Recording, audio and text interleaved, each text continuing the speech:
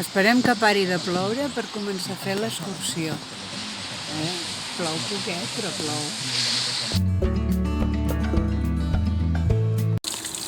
La parella enamorada que els plau anar acostats és per ells la més preuada, la font dels enamorats.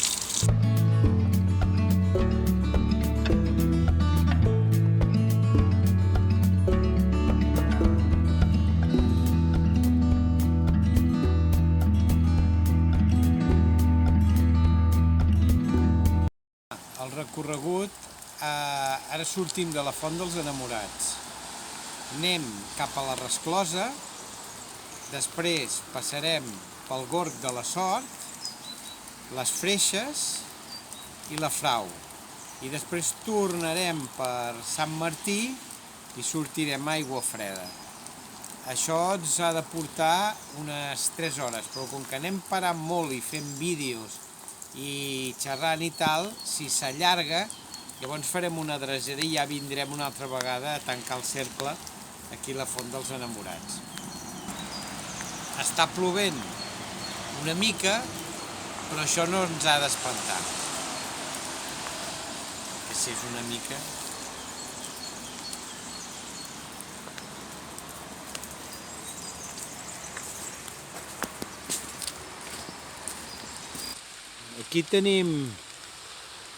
Aquí tenim roses silvestres, que són la base de les roses actuals, que s'han anat modificant genèticament.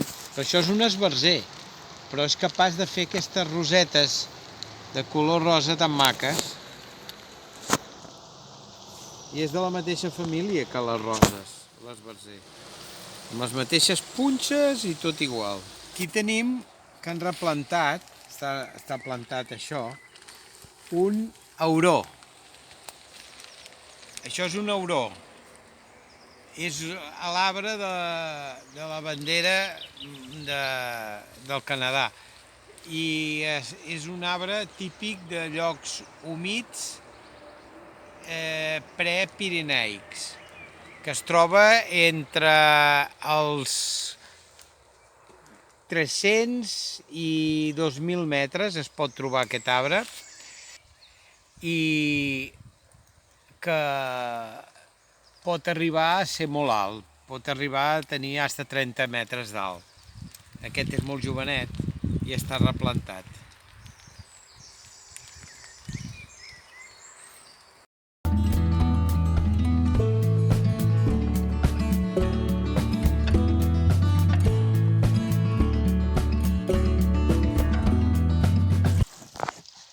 Això és un faig, que està aquí a la vora del riu, que té aquest peu molt característic, amb aquestes arrels vistes, molt típic.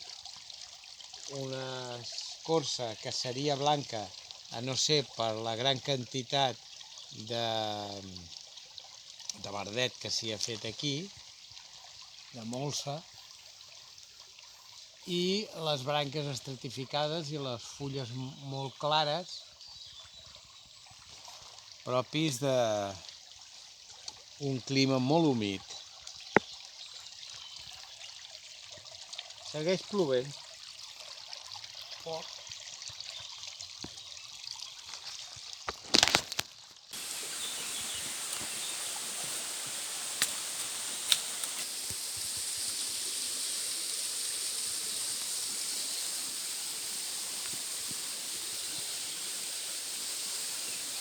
Bé, estem a la riera o al torrent de Martinet, a Aiguafreda. És un enclau preciós, molt bonic. Per aquí passa un sender que anava de Granollers a Vic i està referenciat en fites del segle III i IV. Imagineu-se si és antic. Modernament, quan dic modernament, estic parlant a partir del segle XI, es desenvolupa un sistema hídric a base de rescloses i subministrament d'aigua a les valls. De fet, aquí no hi havia gaires arbres per fotografies antigues i dibuixos antics que es veuen, no hi havia, curiosament, gaires arbres.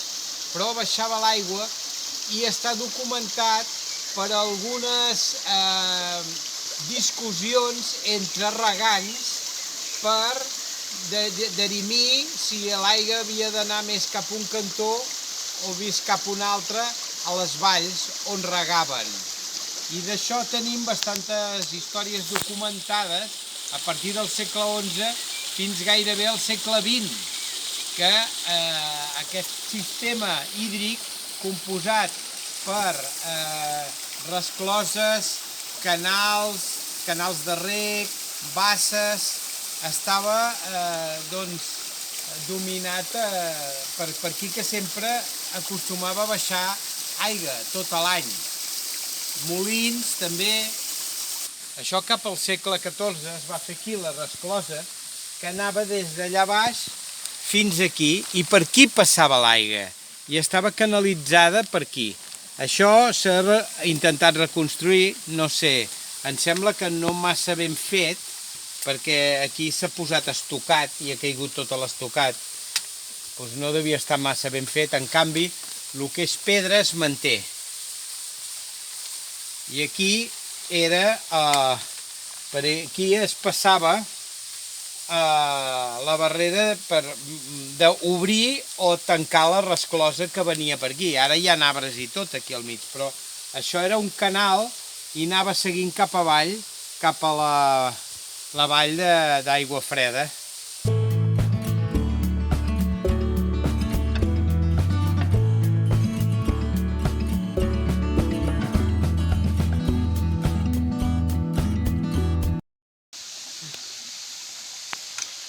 Això d'aquí darrere és el Gorg de la Sort. Per què en diuen Gorg de la Sort? Diuen que la pubilla del duc de Canovelles un dia amb el cavall va caure prop d'aquí i va quedar com estabornida aquí dalt del cim. I com va poder, es va aixoplugar i la van estar buscant, i tenia molta set i estava a punt de morir deshidratada, perquè això va ser l'estiu, el pic de l'estiu, i no trobava aigua. I com va poder arrossegant-se, va anar a caure en aquest indret, aquí en aquest gorg, que baixava un filet d'aigua. Amb allò es va poder refer i després va anar baixant cap a la vall per demanar ajuda, perquè els homes l'estaven buscant per dalt, bastant lluny d'aquí, en un altre indret. Més tard va tornar al cavall. I d'aquesta fita, aquest lloc, aquest indret, se'n diu el Gorg de la sort que va tenir de trobar i poder-se refer, amb una miqueta d'aigua. La pubilla, estem parlant de l'edat mitjana, es deia feldespata, pobra. Són noms que es posaven aleshores.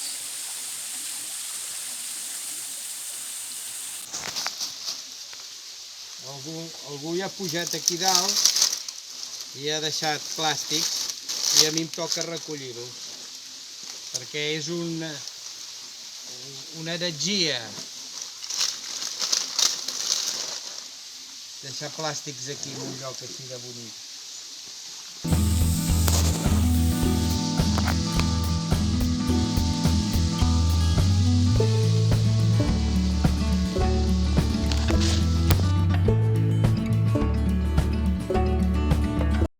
Aquí trobem l'arbre o l'arbust de la ginebra, que punxa i es veuen els fruits aquí ja madurs, que no són d'aquesta temporada, s'han quedat de la temporada passada, estan secs completament, i ara estan sortint les fulles noves. Això és Ginebrus communis.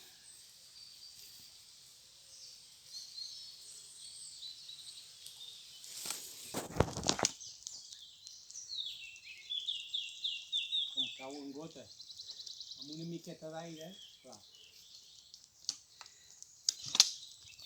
Toca pinar.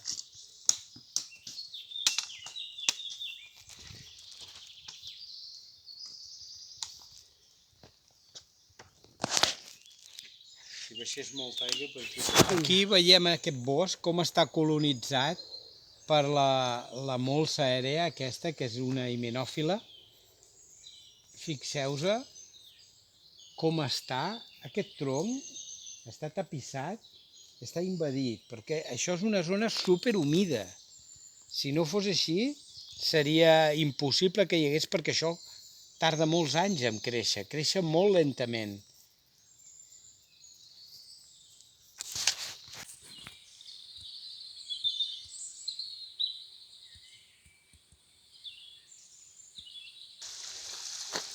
A això estem arribant a la Frau, que un artista aquí hi té la seva casa i fins aquí es pot arribar amb cotxe, mal que bé es pot passar per aquí.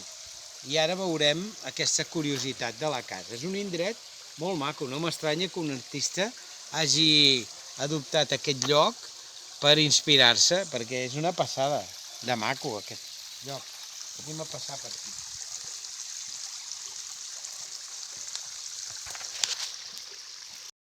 Jo tinc una exposició que està a l'aeroport del Prat per les Olimpiades. Va cap al Japó. El que passa és que anava cap al Japó el mes de març de l'any passat i ho van paralitzar.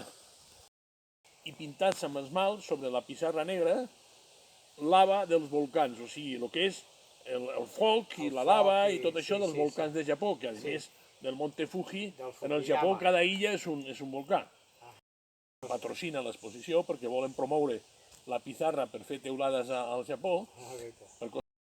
I aleshores el Comitè Olímpic del Japó em va demanar una exposició sobre els volcans del Japó.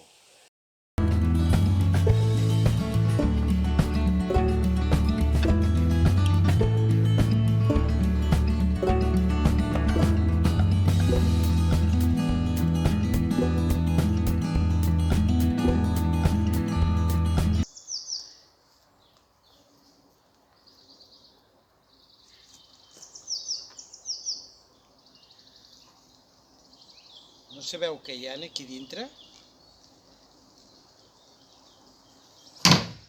Està tot ple de pedres i creus, com d'esglésies, d'algú que té algun valor artístic, però des de fa molts anys ha estat rovellat i ha estat bastant degradat.